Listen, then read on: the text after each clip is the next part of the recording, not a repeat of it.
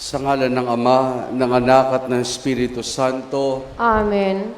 sumainyo ang Panginoon. At sumayo rin. Mga kapatid, halina't dumulog sa banalahapag ng ating Panginoon. At upang tayo maging marapat makibahagi sa ating pagdiriwang, aminin natin ang ating mga kasalanan.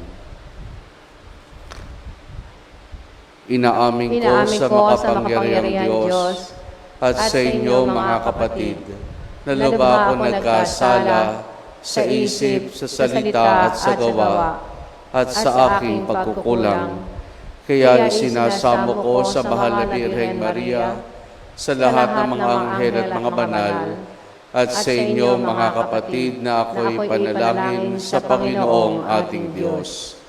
Kawan tayo ng makapangyarihang Diyos, patawarin tayo sa ating mga kasalanan, patnubayan tayo hanggang sa buhay na walang hanggan. Amen.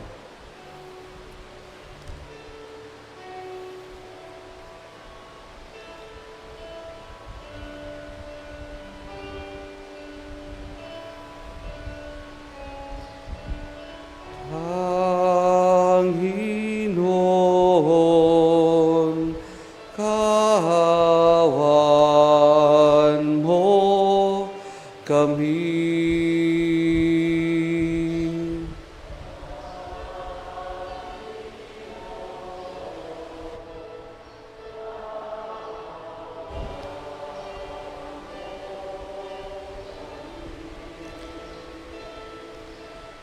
Kristo, kawan mo kami.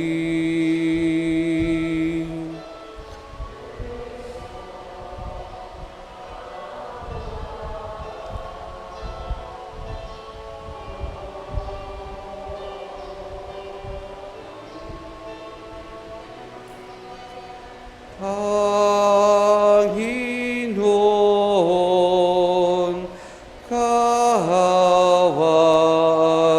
mo kami.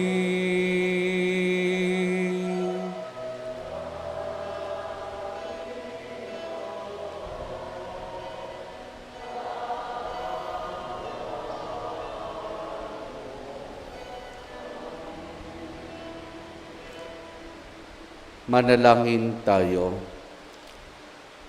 Ama naming makapangyarihan, ang pananampalataya, pag-asa at pag-ibig namin ay iyong dagdagan at gawing mong mahalin namin ay iyong mga kautusan upang sa mga pangako mo kami maging dapat makidabang sa pamamagitan ni Jesus kasama ng Espiritu Santo magpa sa walang hanggan. Amen.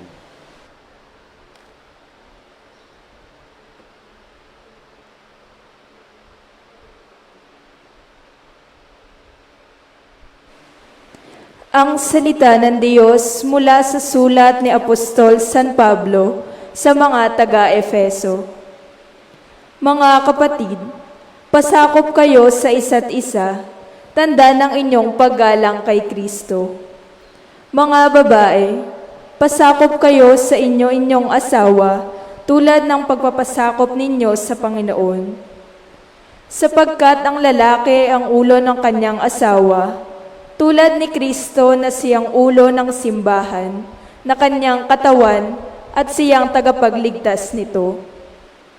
Kung paanong nasasakop ni Kristo ang simbahan, gayon din naman ang mga babae dapat pasakop na lubusan sa kanilang asawa. Mga lalaki, ibigin ninyo ang inyo-inyong asawa, gaya ng pag-ibig ni Kristo sa simbahan. Inihandog niya ang kanyang buhay para rito, upang ang simbahay italaga sa Diyos, matapos linisin sa pamamagitan ng tubig at ng salita. Ginawa niya ito upang maiharap sa kanyang sarili ang simbahan, marilag, banal, walang batik at walang anumang dungis o kulubot. Dapat mahalin ng mga lalaki ang kani-kanilang asawa, tulad ng sarili nilang katawan. Ang lalaking nagmamahal sa kanyang asawa ay nagmamahal sa kanyang sarili. Walang taong namumuhi sa sarili niyang katawan. Bagkus, ito'y pinakakain at inaalagaan, gaya ng ginagawa ni Kristo sa simbahan. Tayo'y mga bahagi ng kanyang katawan.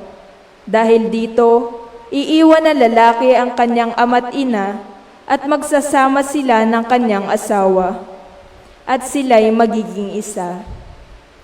Isang dakilang katotohanan ang inihahayag nito. Ang kaugnayan ni Kristo sa simbahan ang tinutukoy ko. Subalit ito'y tumutukoy rin sa bawat isa sa inyo.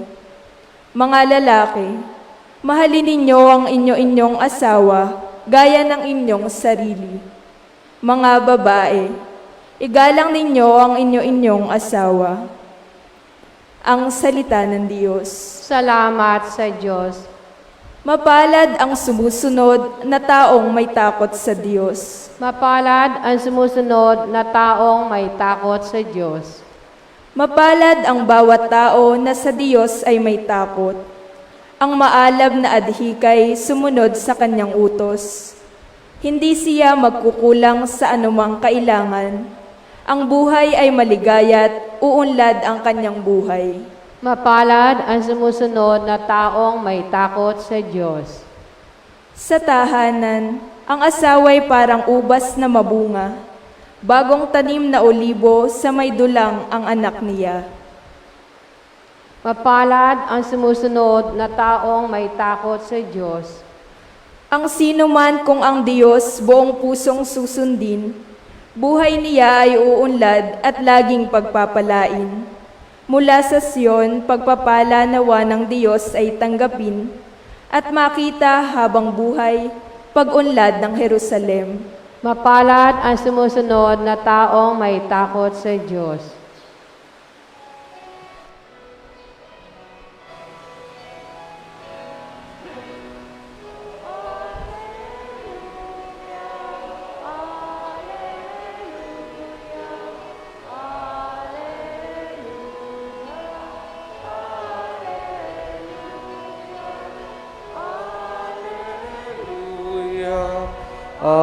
Alleluia, alleluia, alleluia.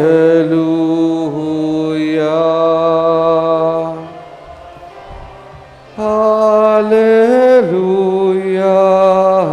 alleluia, alleluia, alleluia. Alleluia, alleluia, alleluia, alleluia.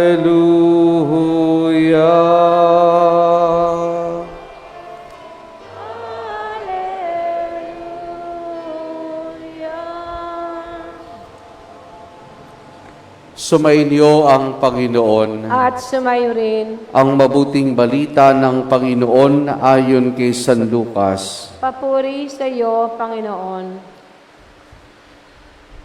Noong panahong iyon, sinabi ni Jesus, ano ang katulad ng paghahari ng Diyos? Saan ko ihahabing ito? Katulad dito na isang butil na mustasa na itinanim ng isang tao sa kanyang halamanan. Ito'y lumaki hanggang sa maging punong kahoy at namungad ang mga iban sa mga sanga nito. Sinabi pa ni Jesus, saan ko itutulad ang paghahari ng Diyos? Katulad ito ng isang lebadurang inihalo sa isang babae sa 3 takal ng arina, ano pa tumasa ang buong masa. Ang mabuting balita ng Panginoon. Pinupuri ka namin, Panginoong Heso Kristo. Magandang umaga po sa ating lahat. Mga kapatid, sa mabuting balita na ating napakinggan sa araw na ito, ay gumamit si Jesus sa mga imahen na mga larawan upang ipahayag ang paghahari ng Diyos. Yung una ay inilarawan niya ito sa isang butil ng mustasa. na kung saan matapos itinanim, ito'y lumalaki, lumalago, nagiging malabay ang mga sanga, at ito'y namumugad ang mga maraming ibon.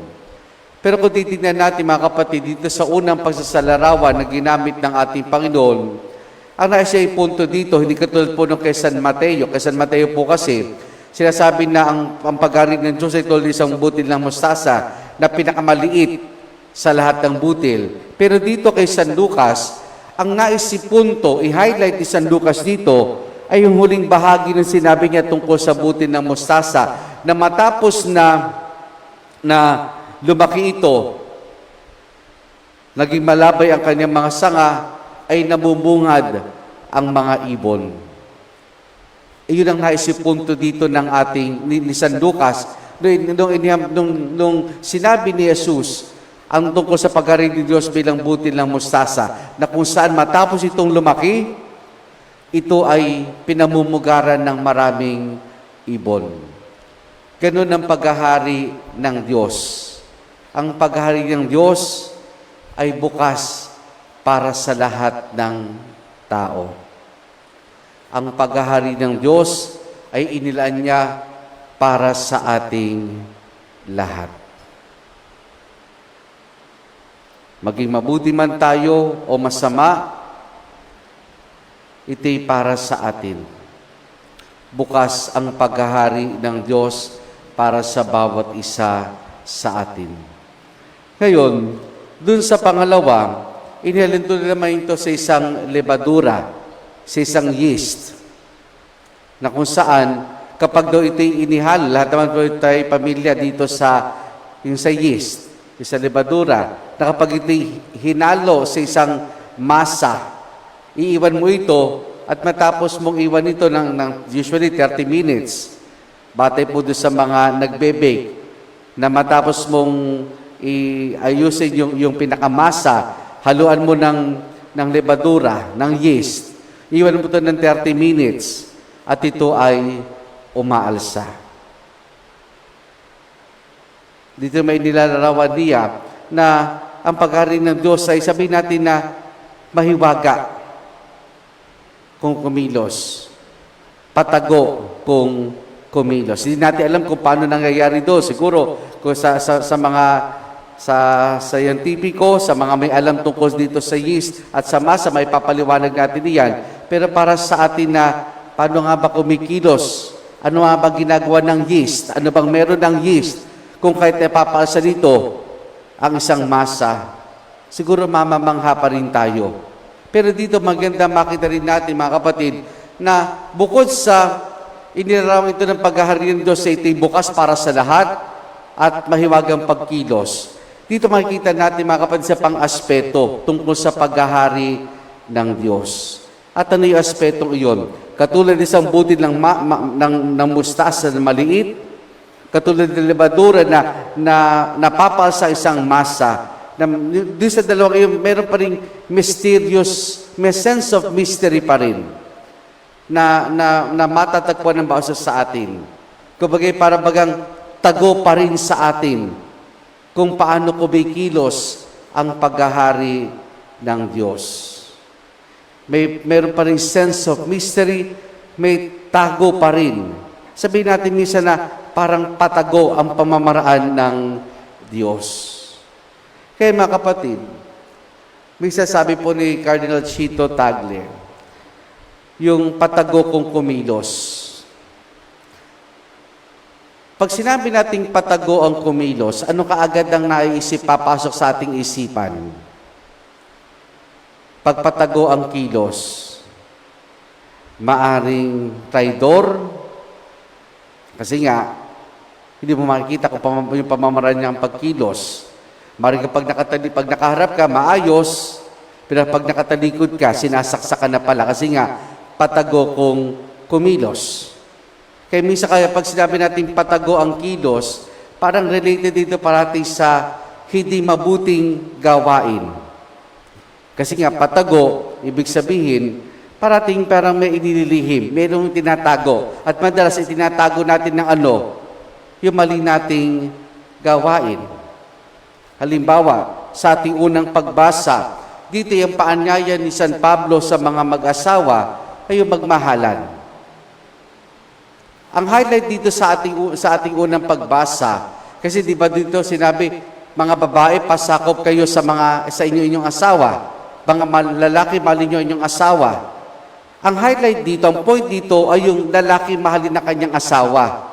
Kasi nga, sa kultura ng Hudyo, patriarkal, dominated ng kalalakihan. Ang mga babaihan, they're always at their disposal. Ang turing ng nila ay material na bagay. Kaya ngayon ang paalala ni San Pablo sa mga lalaki, mahalin mo ang iyong asawa at huwag silang tratuhin na para bagang pag-aari mo at your disposal na material na bagay. Kaya sa ugnayan ng mga mag-asawa, may patagurin. Marinisan, yung isa sa mga asawa, mayroong patagong ginagawa, na lihim na ginagawa. Kaya minsan kapag sinabi nating patago ang kilos, very negative. Pero pwede naman ito maging positive. At sa positive na yon, sa positive na sense ng patago kung kumilos, doon natin makikita ang paghahari ng Diyos. Papaano? May mga tao na patago kung tumulong sa kanilang kapwa. May mga tao na palihim kapag tumutulong sa kanilang kapwa. Anong ibig sabihin nun? Ayaw na niyang ihayag na siya yung tumulong. Maring sasabihin na lamang niya, anonymous. May mga ganyang tao sa ating lipunan, sa ating simbahan. Tahimik kung kumilos, palihim kung kumilos, pero makikita mo na sa ganung pamamaraan niya, doon natin makikita yung paghahari ng Diyos. Yun yung isa sa nating masasabing pundasyon ng paghahari ng Diyos. Sa ganung pagkakataon, ang nais niyang maipahiwatig na ang Diyos ang siyang kumilos. Sa Diyos nagmula ang biyayang iyan na handog niya bilang tanda ng kanyang pasasalamat. Mga kapatid, ang paghahari ng Diyos ay bukas para sa lahat. Ang paghahari ng Diyos, may hiwaga pa rin. There's always this sense of mystery. A sense of mystery na minsan mahirap ipaliwanag, minsan akala natin yun na yun, pero hindi pa pala. Ang paghahari ng Diyos, makikita rin natin sa mga tao na lihim kung kumilos, patago kung kumilos sa kanilang paggawa ng kabutihan. Amen.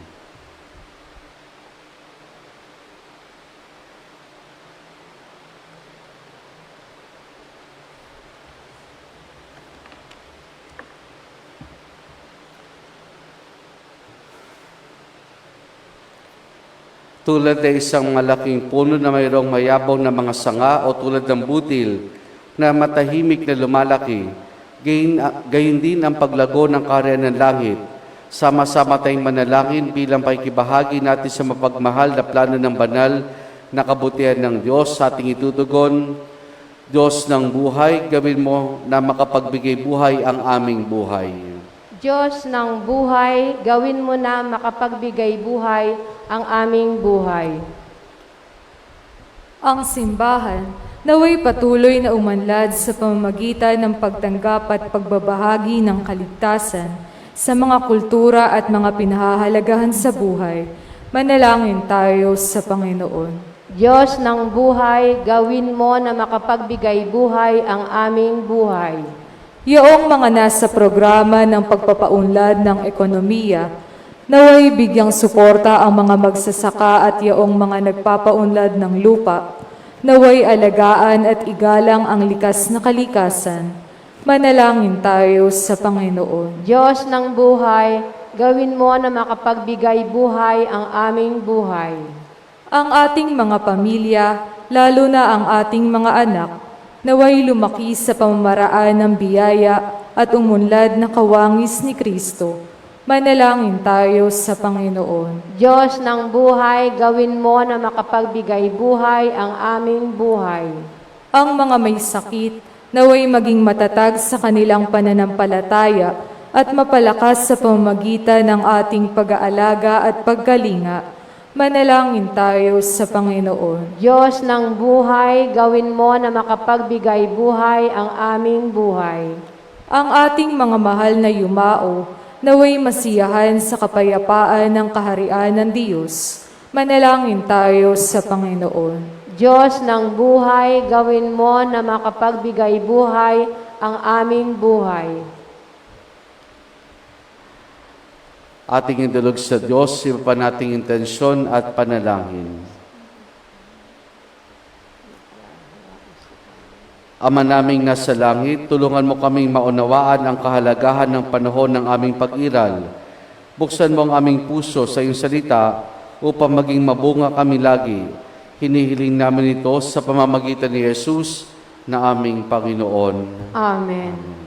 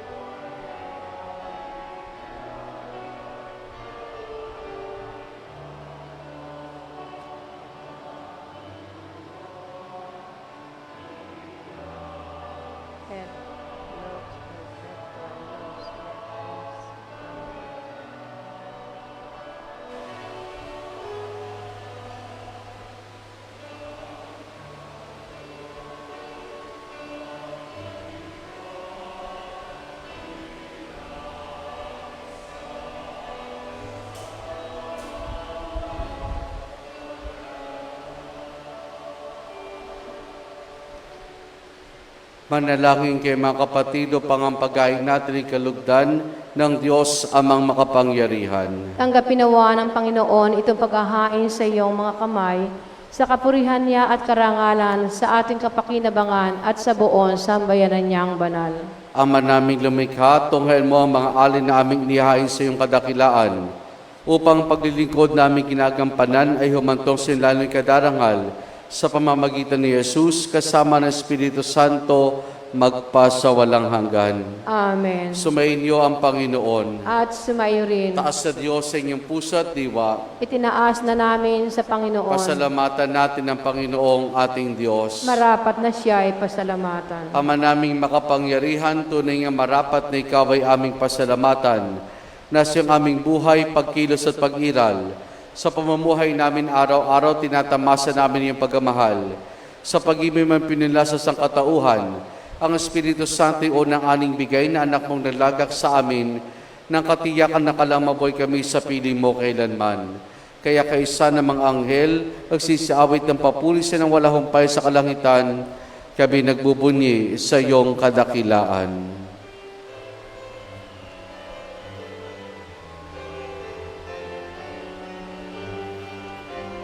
Santo, Santo, Santo, Diyos makapangyarihan, puspos ng walhati ang langit at Hosana, Hosana sa kaigtasan, pinagpalang narito sa ngalan ng Panginoon. Hosana, Hosana sa kaigtasan.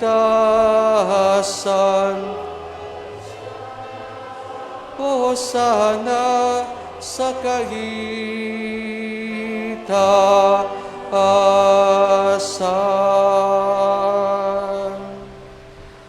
Ama naming banal, ikaw ang bukal ng tanang kabanalan.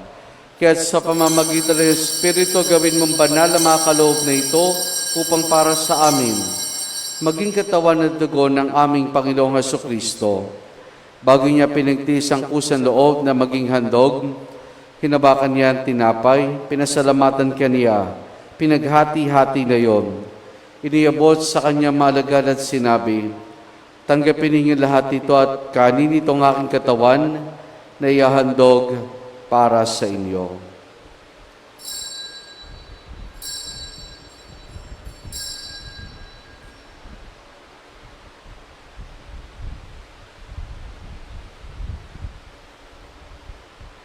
Gayun din naman nang matapos ang hapunan, hinawakan niya ang kalis. Muli kanyang pinasalamatan. Iniabot niya ang kalis sa kanyang maalagad at sinabi, tanggapin ninyo lahat ito at inumin itong kalis ng aking dugo ng bago't wala hanggang tipan. Ang aking dugo na ibubuhos para sa inyo para sa lahat sa kapagpapatawad ng mga kasalanan. Gawin ninyo ito sa pag-alaala sa akin.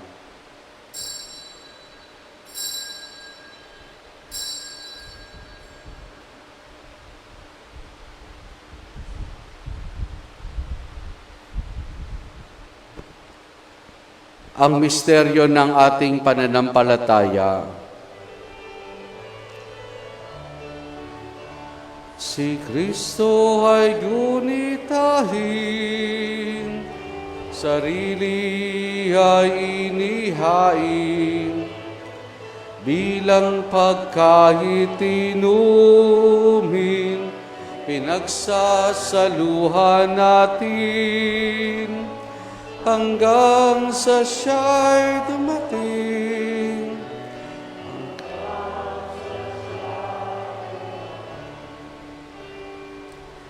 Ama, ginagawa namin ngayon ang pag-alaala sa pagkamatay at muling pagkabuhay ng iyong anak, kaya tiniyalay namin sa iyo ang tinapay na nagbibigay buhay at ang kalis na kakaloob ng kaligtasan.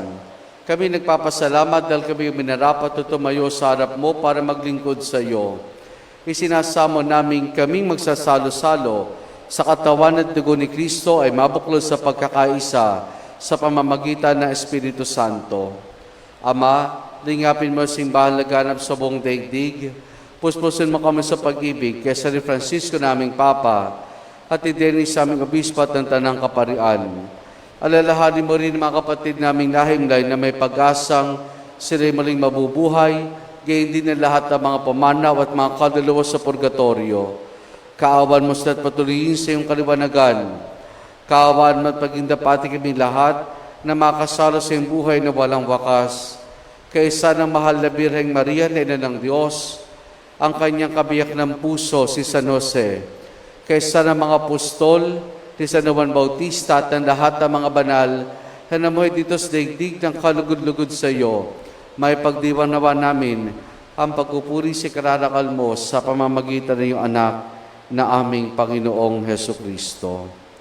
Sa pamamagitan ni Kristo, kasama niya at sa Kanya, ang lahat ng parangal papuri sa iyo, Diyos amang makapangyarihan, kasama ng Espiritu Santo, magpasawalang hanggan.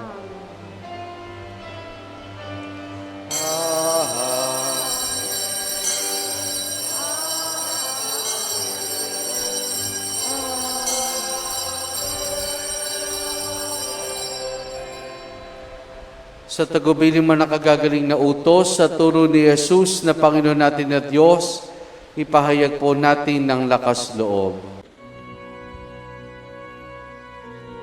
Ama namin, sumasalangit ka, sambahin ang ngalan mo, mapasa amin ang kaharian mo, sundin ang loob mo dito sa lupa para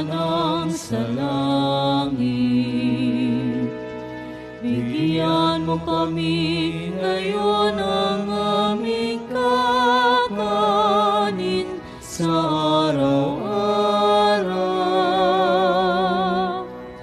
At patawarin mo kami sa aming mga sala para ng pagpapatawad namin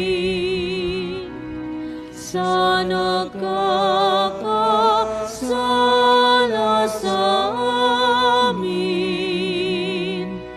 At huwag mo kaming ipahintulot sa tukso at iadya mo kami sa lahat ng masama.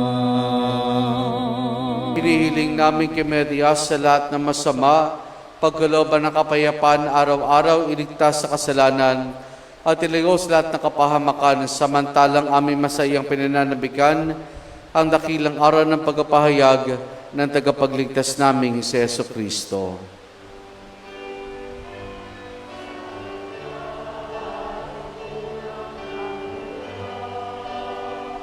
Ang kaharian at kapangyarihan at ang kaluwalhatian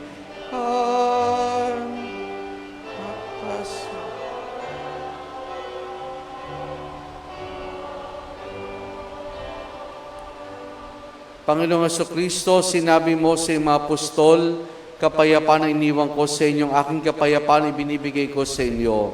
Tunghayan mo ang aming pananampalataya at huwag ang aming mga pagkakasala. Pagkalooban mo kami ng kapayapaan at pagkakaisa ayon sa iyong kalooban, kasama ng Espiritu Santo magpasa walang hanggan. Amen. Ang kapayapaan ng Panginoon ay lagi nawang sumainyo. At sumayo rin. Mga kapatid, maghangad at magbahagi tayo ng kapayapaan ni Jesus sa isa't isa. Peace be with you po.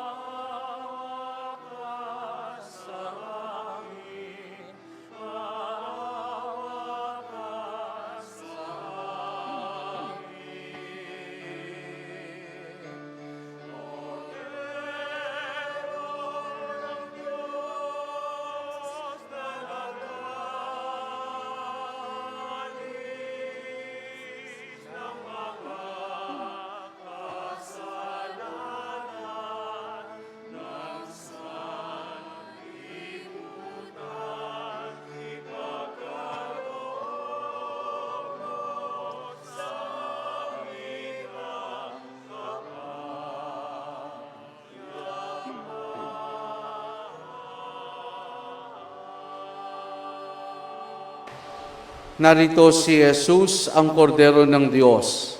Siya nag-aalis sa mga kasalanan ng sanlibutan.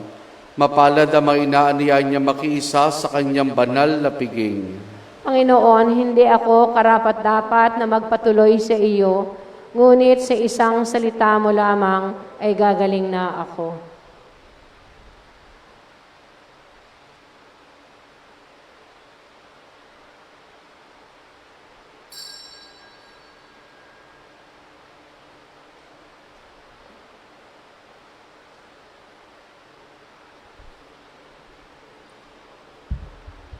espiritual na pagtanggap ng komunyon.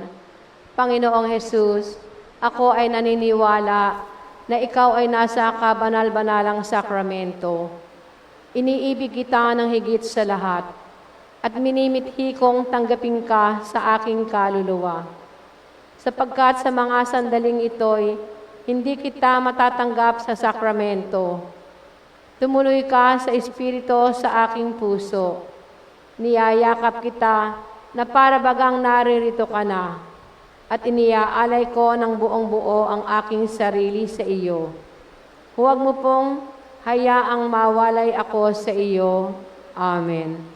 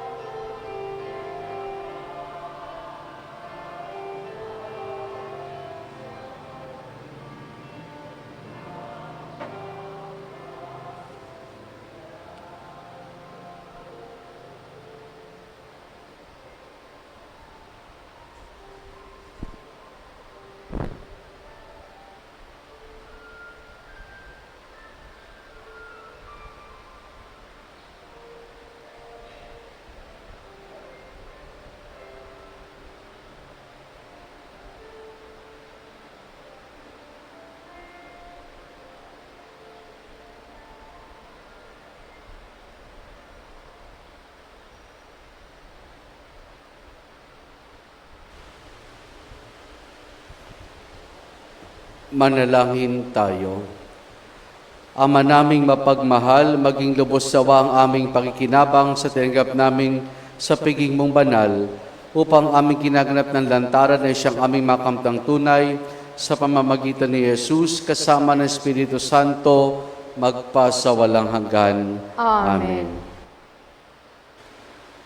Sumainyo ang Panginoon At sumayo rin. at pagpalain tayong lahat ng mabutit mapagmahal na Diyos Ama, Anak at Espiritu Santo. Amen. Naialin na natin ang pagdiriwan ng banal na misa, humayo tayo at patuloy na paghariin ang Diyos sa atin. Salamat sa Diyos. Purihin po natin ang ating Panginoon. Salve Regina,